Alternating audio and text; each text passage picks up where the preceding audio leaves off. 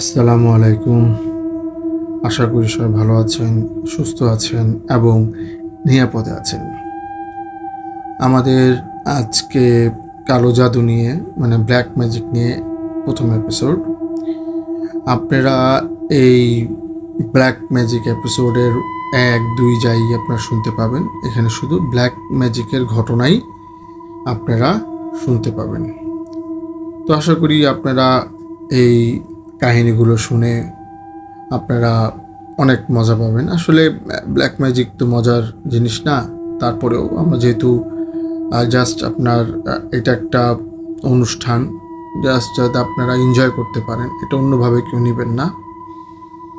আর আমাদের চ্যানেলটি যেহেতু নতুন, অবশ্যই সবাই সাবস্ক্রাইব করবেন, লাইক করবেন, শেয়ার করবেন এবং বেল আইকনটি প্রেস করে দিবেন যাতে ভিডিও আপলোড হওয়ার সাথে সাথে আপনি পেয়ে যান। আর আমাদের ভুল ত্রুটি হলে অবশ্যই ক্ষমা সুন্দর দৃষ্টিতে দেখবেন, এটা আমরা আশা করি, কারণ আমরা প্রফেশনাল কোনো আর্টে না। আর সর্বোপরি আমাদের সাথে থাকবেন। আরেকটি কথা খুব গুরুত্বপূর্ণ যেটা আজকে আমি বলতে চাই, আমি অনেক দিন যাবতই দেখছি যে আমাদের কিছু ভিউয়ার্স যারা কলকাতার, ইন্ডিয়া, এরা আমাদের মোটামুটি ভালো রেসপন্স করতেছে, এই জন্য তাদেরকে অসংখ্য ধন্যবাদ। কলকাতার বাসীকে ধন্যবাদ জানানোর মতো আসলে ভাষা আমার নাই, যেহেতু আমি নতুন মানুষ, নতুন প্রোগ্রাম। তো থ্যাঙ্কস আপনাদেরকে। আর আমার বাংলাদেশি যারা আছেন তারা তো আছেনই, তারা তো আমার দেশের মানুষই। যাই হোক, আমি এখন আমার ফার্স্ট ঘটনায় চলে যাব।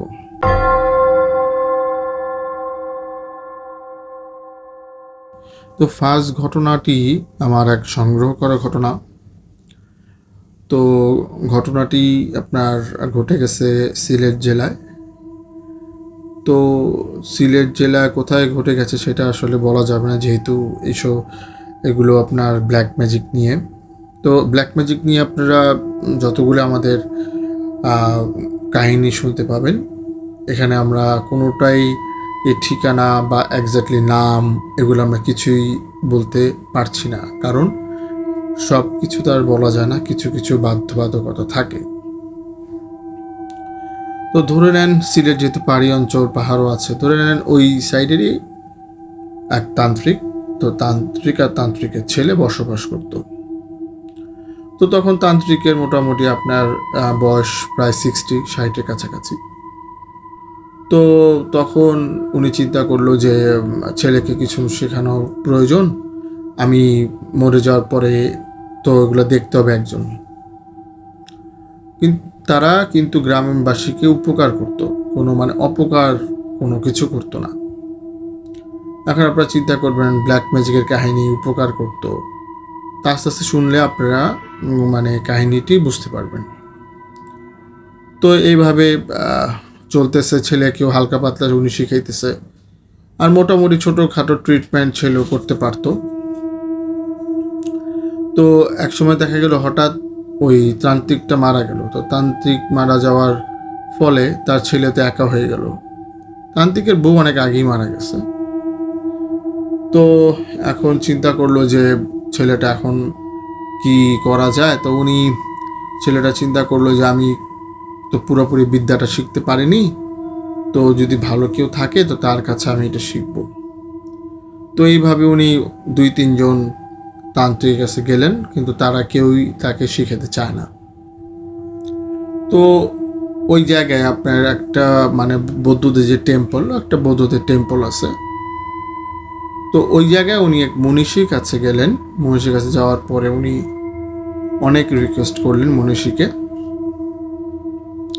কিন্তু মনীষী কোনোভাবেই তাকে শেখাবে না। টুকটাক শেখাবে, কিন্তু ব্ল্যাক ম্যাজিকের যেই পুরো অধ্যায়টা সেটা উনি শেখাতে রাজি না। তো যাই হোক, এখন কি আর করার, পরে ওই তান্ত্রিকের ছেলে ওখান থেকে চলে আসে। আসার পর উনি তো দেখতো যে ওনার বাবা কিভাবে কি করতো। তো উনি একা একা চেষ্টা করতে করতে করতে করতে এক সময় মোটামুটি সফল হয়। তো তাদের গ্রামে আবার আপনার তান্ত্রিকদের একটা প্রতিযোগিতা হইতো, ওনাদের মধ্যেই যে কে সবচেয়ে ভালো বেস্ট।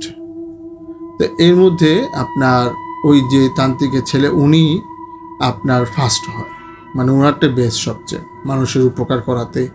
মানে সবার কাছে এই মানুষ 3-4 জন তান্ত্রিক ছিল, যাইতো দেখতো যে কার ইয়েতে কাজ হয়, তো ওইভাবে আর কি ফলাফলটা ঘোষণা করা হইতো।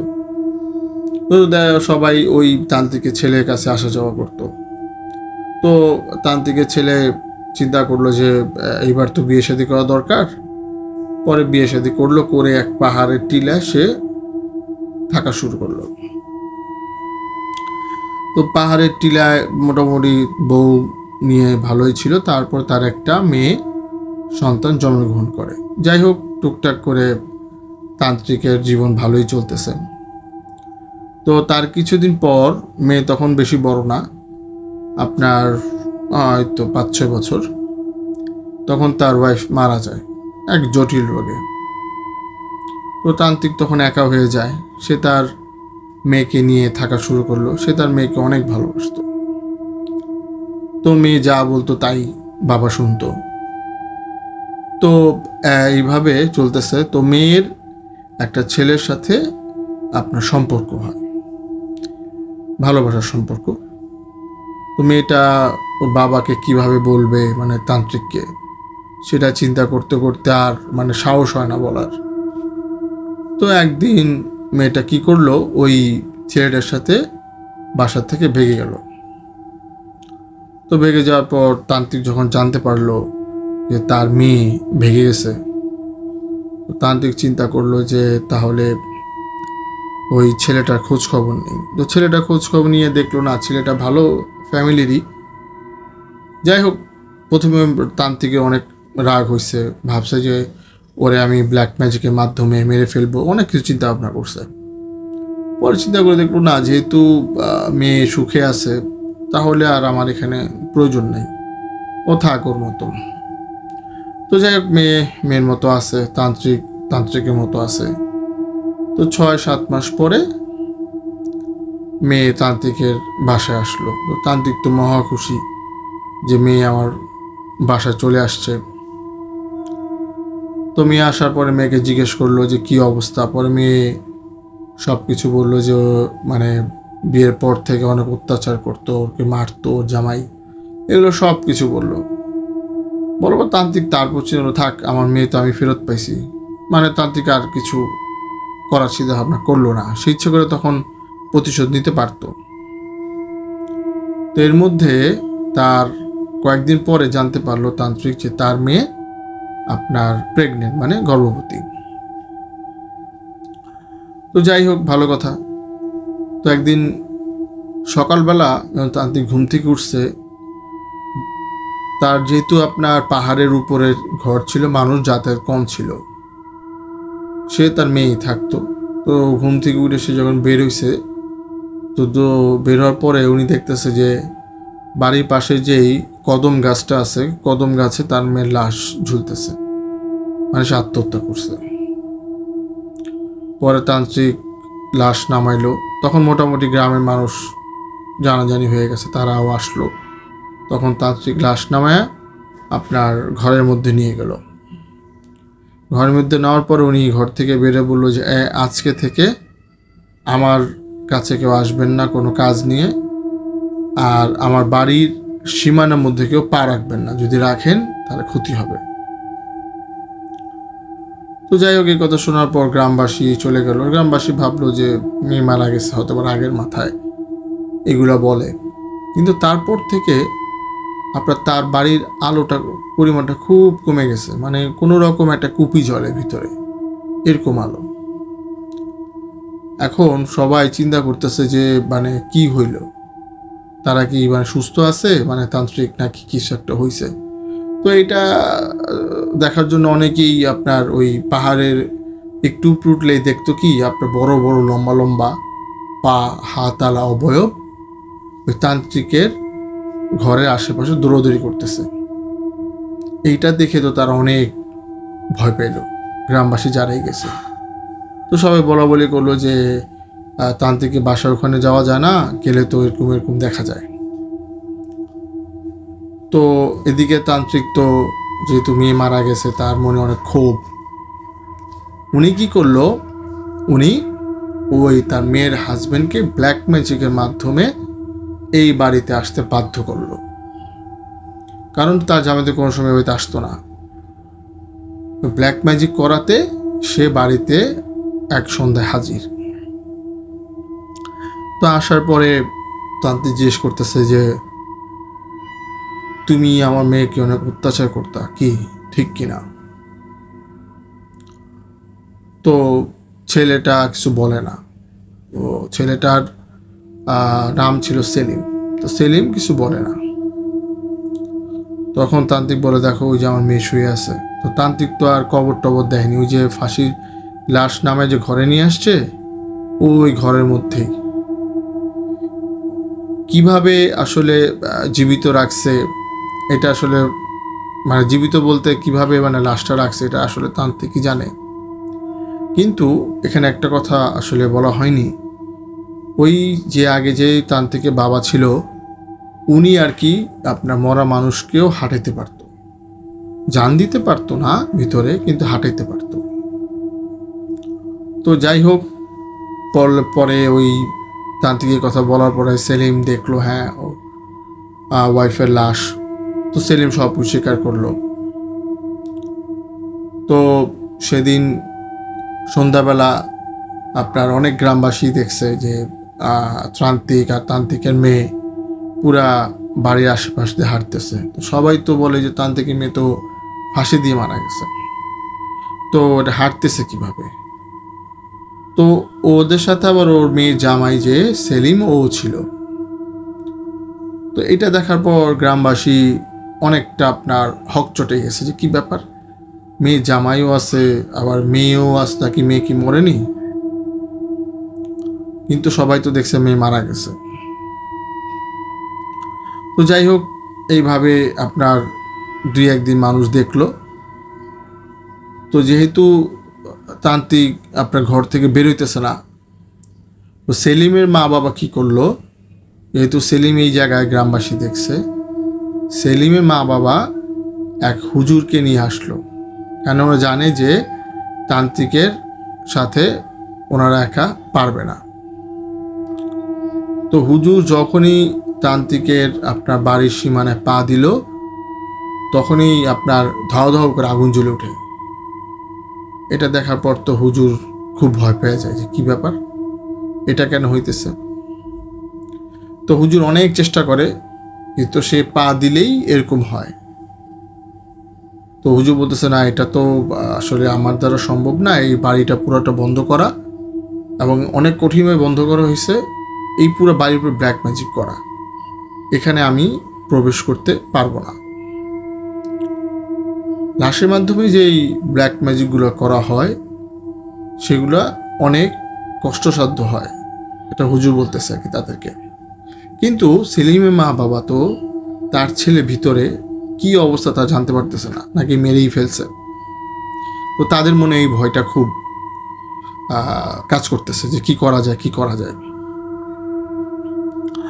তো তারা অনেক খোঁজ খবর নিল যে কোন তান্ত্রিককে আনলে ভালো হয়।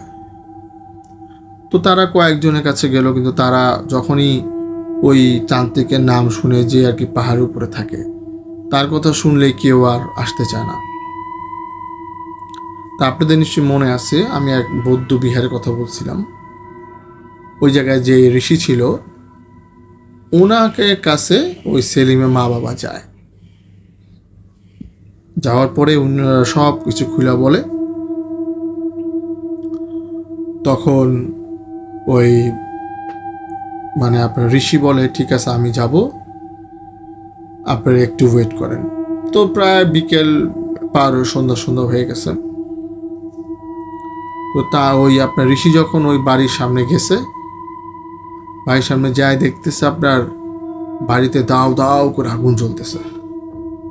গ্রামবাসী অনেক কষ্ট করে পানি দিতেছে, কিন্তু আসলে পাহাড়ি অঞ্চল তো উপরে পানি বারবার নিচ থেকে নিয়ে আসতে হইতেছে, তো পানি কোনোভাবেই আগুন থামানো যেতেছে না। তখন ওই আপনার বৌদ্ধ যে ঋষি উনি বলল তোমরা কাজ করো, আমার এক গ্লাস পানি এনে দাও।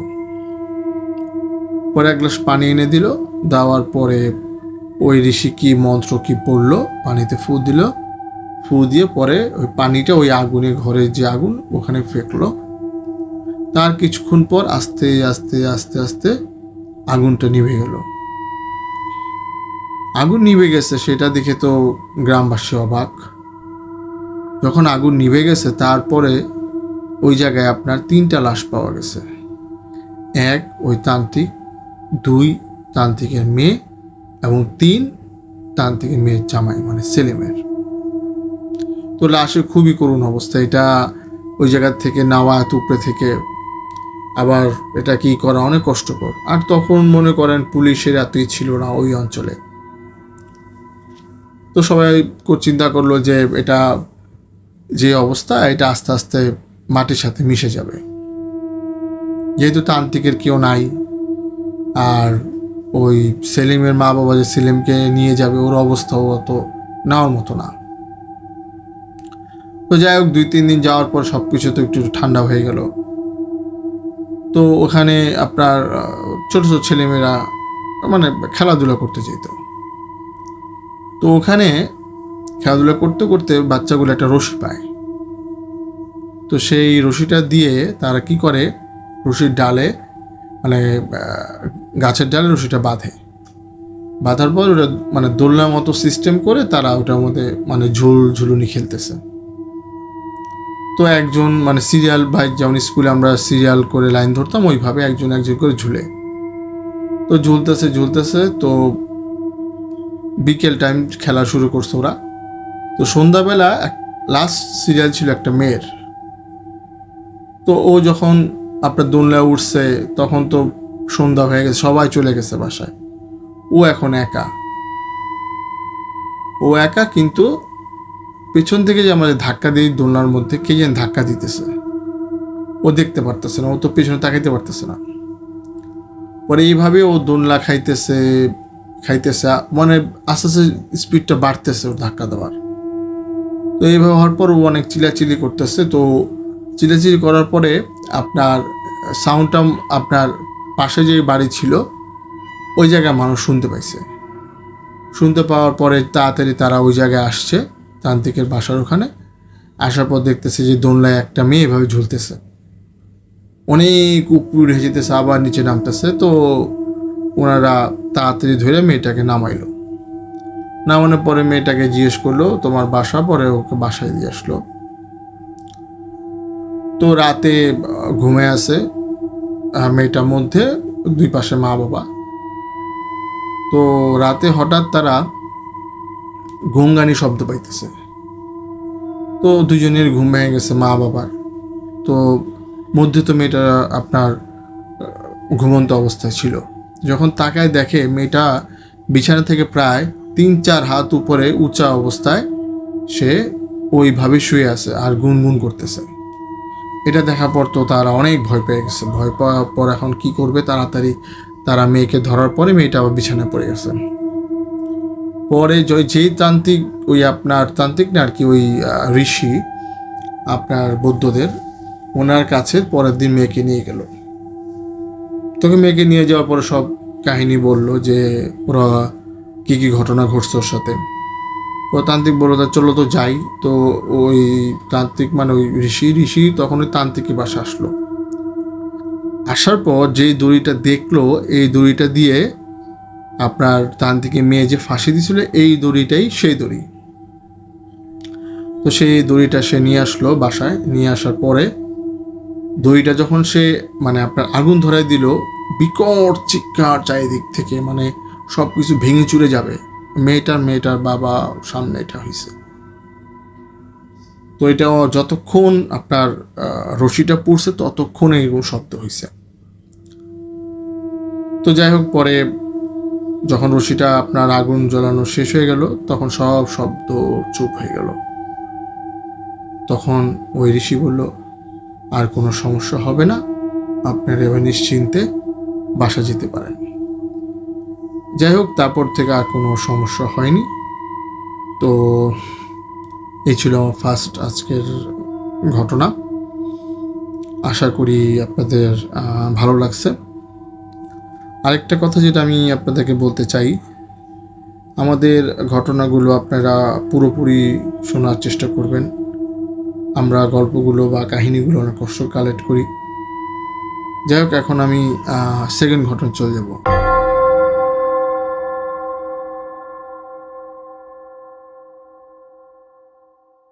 তো সেকেন্ড ঘটনাটা আমার কালেক্টেড ঘটনা হলেও এই ঘটনাটা আমার কলেজ ফ্রেন্ডের বড় ভাইয়ের সাথে ঘটে গেছে। তো তখন ওর বড় ভাই আপনার গ্রামে থাকতো। তো গ্রামে থাকাকালীন উনি তখন মানে চাষাবাদ করতো। তো চাষাবাদ করার পরে আবার সন্ধ্যা হলে বাসায় চলে আসতো, তার নিত্যদিনের কাজ। তো তখন সে আর কি বিয়ে শাদী করেনি। তো একদিন সে বাসায় আসার পরে দেখতেছে যে মানে ফ্যানের মধ্যে ফ্যানটা চালু অবস্থা ছিল, সে রুম থেকে বেরোইছে আবার রুমে ঢুকছে। তো এসে দেখতেছে ফ্যানটা বন্ধ, কিন্তু ফ্যানের পাখায় একটা একটা পেঁচা বসে, অনেক বড় পেঁচা। তো সে তো অবাক হয়ে গেছে যে কী ব্যাপার, আমি ফ্যানটা চালু অবস্থায় রেখে গেলাম, তার মধ্যে একটা পেঁচা বসা পাখায়। তো উনি তার মা বাবাকে ডাক দিল। তো মা বাবা এসে দেখে অবাক যে কী ব্যাপার, ফ্যানও বন্ধ হয়ে গেছে, ফ্যানের পাখায় একটা পেঁচা। তো যাই হোক, তারা ওই পেঁচাটাকে তাড়াই দিল, পেঁচাটা ওই জানলা দিয়ে বের হয়ে গেছে।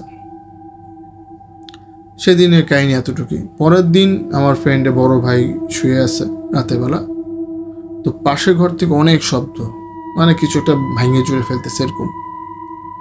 তো সে উঠলো, উঠার পরে পাশের রুমে গেল। পাশের রুম তাদের আগে ড্রয়িং রুম ছিল, ওখানে কাঁচের জিনিসপত্র অনেক আছে, আমাদের সুকেজের মতো।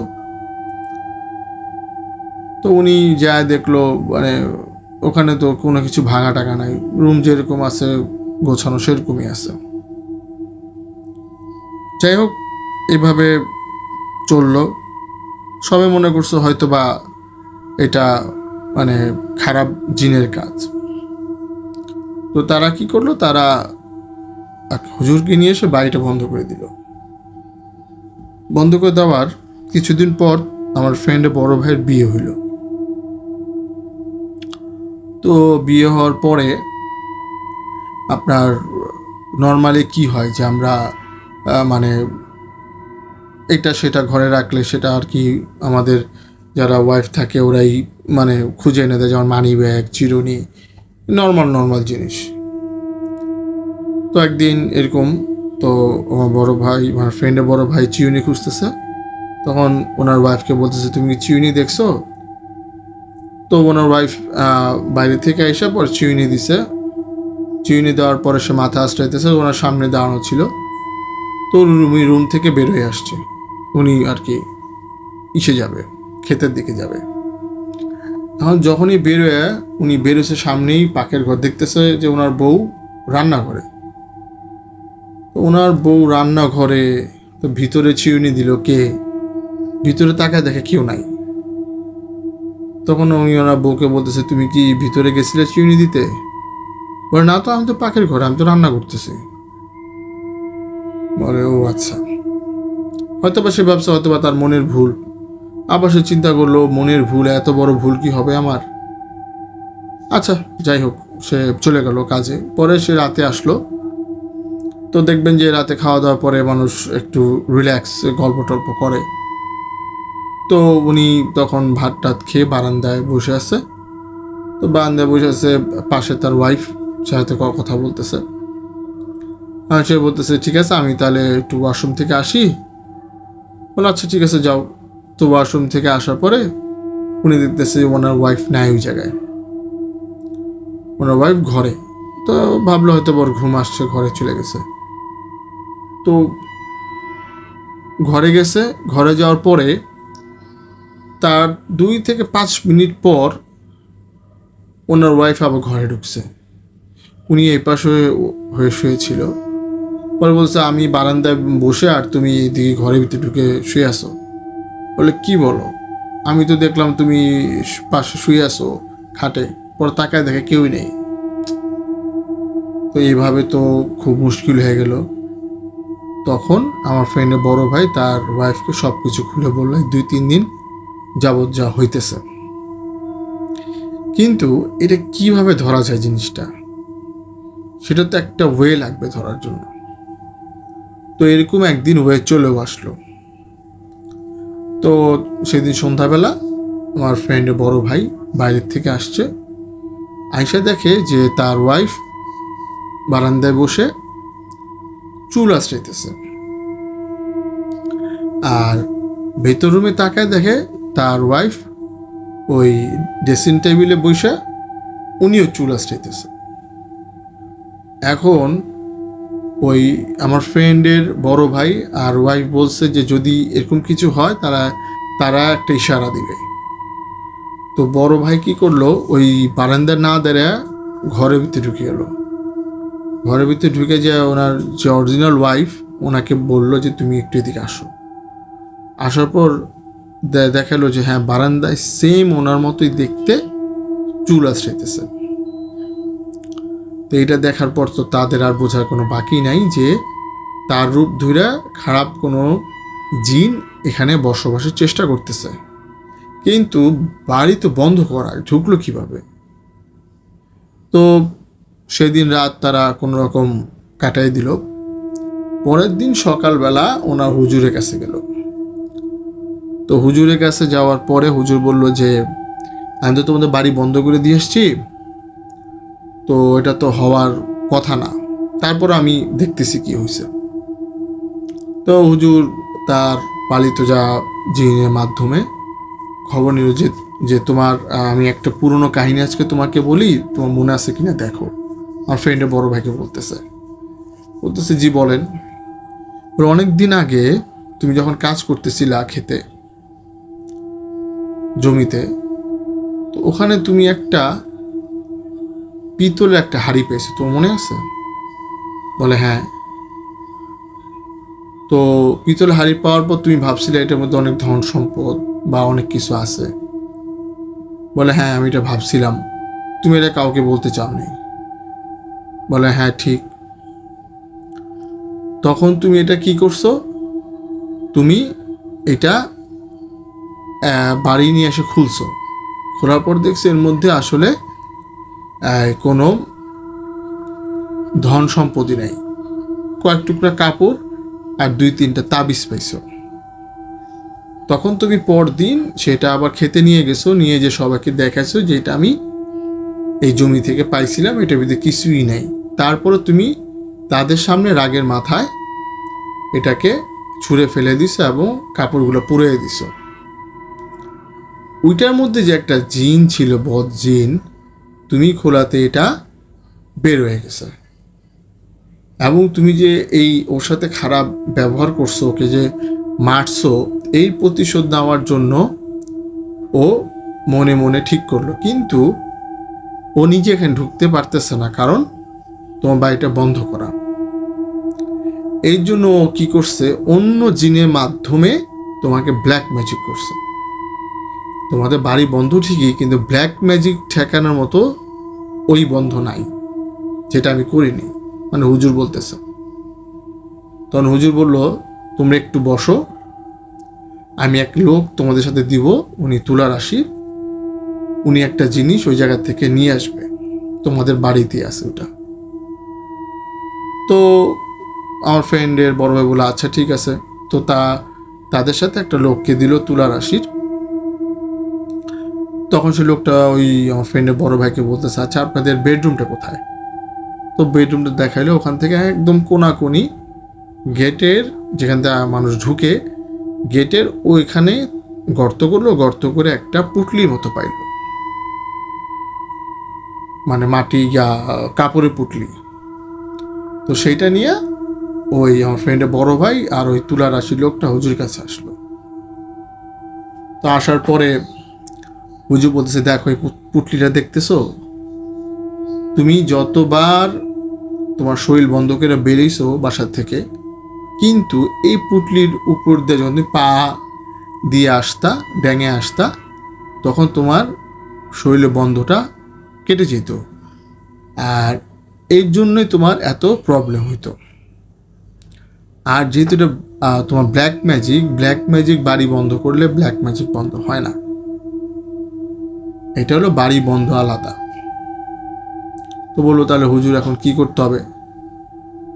আমি ওই যেই জিন তোমার উপর ব্ল্যাক ম্যাজিক করাইছে সেই জিনকে এখন আমি ডাকাবো, চেষ্টা করব সে যে তোমাকে মাফ করে দেয়। তো সেই জিনকে হুজুর ডাকাইল তার জিনের মাধ্যমে। তো ওই জিনটাও খুব মানে ভালোই প্রভাব ছিল তার। তো এক কথায় দুই কথায় অনেক কথা হইল, কিন্তু কোনোভাবেই জিনকে সে মানাতে পারতেছে না। কারণ সেই ওই হাঁড়িটাকে লাথি মারছে, কোদাল দিয়ে করছে, কারণ পিতলে পাতিল ছিল, প্লাস ওই কাপড়গুলো পুড়িয়ে দিছে। কোনোভাবে জিন তার প্রতিশোধ না নিয়ে যাবে না। তখন হুজুর কি করলো, ওই জিনকে বলল, যদি তুমি ওই ছেলেকে না ছাড়ো তাহলে আমি তোমাকে বোতলবন্দি করব, এটা আমাকে বাধ্য করো না। তো জিন বললো যে আপনি আমাকে বোতলবন্দি করেন বা যাই করেন, আমি আমার প্রতিশোধ না নিয়ে যাব না। আপনি যেমন বোতল বন্দিও করেন, আমি যদি কোনো দিন আবার সেই বোতল থেকে বেরিয়ে আসি, আমি ওর কাছ থেকে প্রতিশোধ নিবই। তখন হুজুর মনে করলো না, একে তো আর ছাড়া যাবে না। পরে হুজুর কি করলো, ওই জিনটাকে বোতলবন্দি করলো। বোতলবন্দি করার পরে আমার ফ্রেন্ডের বড় ভাইকে বললো যে তুমি নিজ হাতে এটাকে এমন জায়গায় ফেলবা যে এখানে মানুষজনে কোনো চলাচল নাই, এমন জায়গায়। তো আমার ফ্রেন্ডের বড় ভাই ঠিক তাই করলো, একটা জায়গা পছন্দ করে ওই জায়গায় রেখে আসলো। তারপর থেকে আমার ফ্রেন্ডের বাসায় বা তার জীবনে আর কোনো এরকম প্রবলেম হয়নি। যাই হোক, ওনারা এখন ভালো আছেন।